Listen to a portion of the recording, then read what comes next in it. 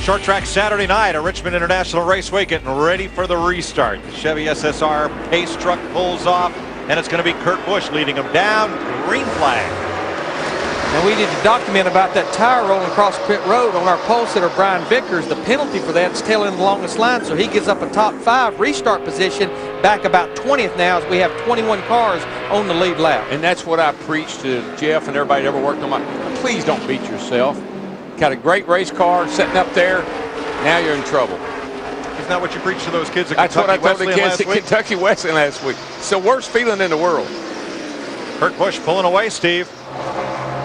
Mike, I'm listening to Kurt Busch. He just very calmly told his crew chief, Jimmy Fennig, the power steering just went out, and then he just said other belts went as well. He may have to come to pit road. Oh, boy. Yeah, he won't run long if the other belts came off. As a matter of fact. All right. What else do the belts drive, Larry? Yeah, I mean, you've got the alternator, and of course, you've got everything on the front. And, you know, you have the oil pump belt up there, too. That would be a huge concern. See, Bobby Labonte in the 18. Right now, Kurt Busch in the 97, he almost can't get out of the way. Bobby's trying to get back on the lead lap. But what Kurt does now, if he just lost power steering and everything, it takes a lap or two to adjust your driving style, to feel the car out to see what it's going to do with no power steering. Something's streaming out the right side. Yeah, I'm not so sure that maybe there's an overflow pipe right there, and possibly if the water pump is quit turning, that thing is cooked. Over here by the garage, we'll go over and put get some belts on his car. Right by the opening where as we go out of the garage. That's Jimmy Fennig, the crew chief. The first opening? Man, I'll get you in. Okay, right there, Kurt, wherever the opening is there. Steve Burns and Busch's Get it right crew there. running Get the water toward that tank and bar. let's go ahead and get the belts on. And Mike, he's pulled the car behind pit wall. Crew chief Jimmy Fennig getting the whole team over here, saying they've got to get all the belts back on. They've all been knocked off. And a lot of times when you knock all the belts off like that, what it probably may have been is a big clunk of rubber off of a tire or something. Well, you know, Larry, think back to Martinsville. The Roush cars had gas line problems. And tonight, I mean, we got a belt problem here. Water pump will get the belts on it. And I think that's the most critical thing would be the belt got knocked off the water pump. That's the reason it was running hot. We talked about it a while ago. He has 6 starts here. He's only finished on the lead lap once. It won't happen again tonight. Well, they got to hope that engine has not been cooked. Scott Riggs way up high in turn 2. He's going to recover okay. Same thing happened to Michael Waltrip 2 laps ago. Darrell, it's a good thing there's a lot of room there in turn 2 because a number of drivers have been forced way up the hill there. Yeah, nobody wants to go up there, but once you get that stuff on your tires, it's like hitting ice. Yeah, it was Calamity Corner last night, too. Tony Stewart continues to climb up through the field. He is up to 8th place. Right behind Greg Biffle. Started back in 28th position.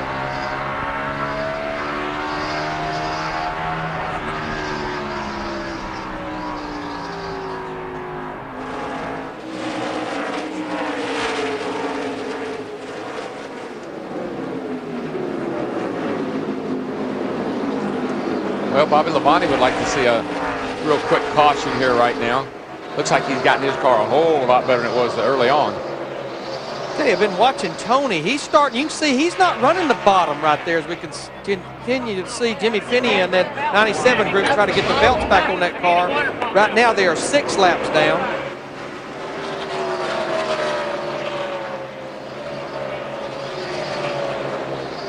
Starting to see a battle shape up here for the 2nd position with Dale Earnhardt Jr. riding with him in the 8 car right now.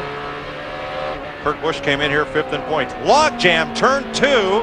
Rusty Wallace almost got the worst of it. There it is as it separates out, but they were 3 wide and 1 more car down on the apron. Things happen quickly and disperse just as quickly here. Just coming off these corners, coming off of both corners, there's just no grip up high, and you get forced up there, and there's nothing you can do but just back off and wait. Oh. It's about the 2nd close call that Rusty Wallace has had earlier with Greg Biffle. Maybe he's the common denominator. Tonight he seems to be. We got to denominate first. Right.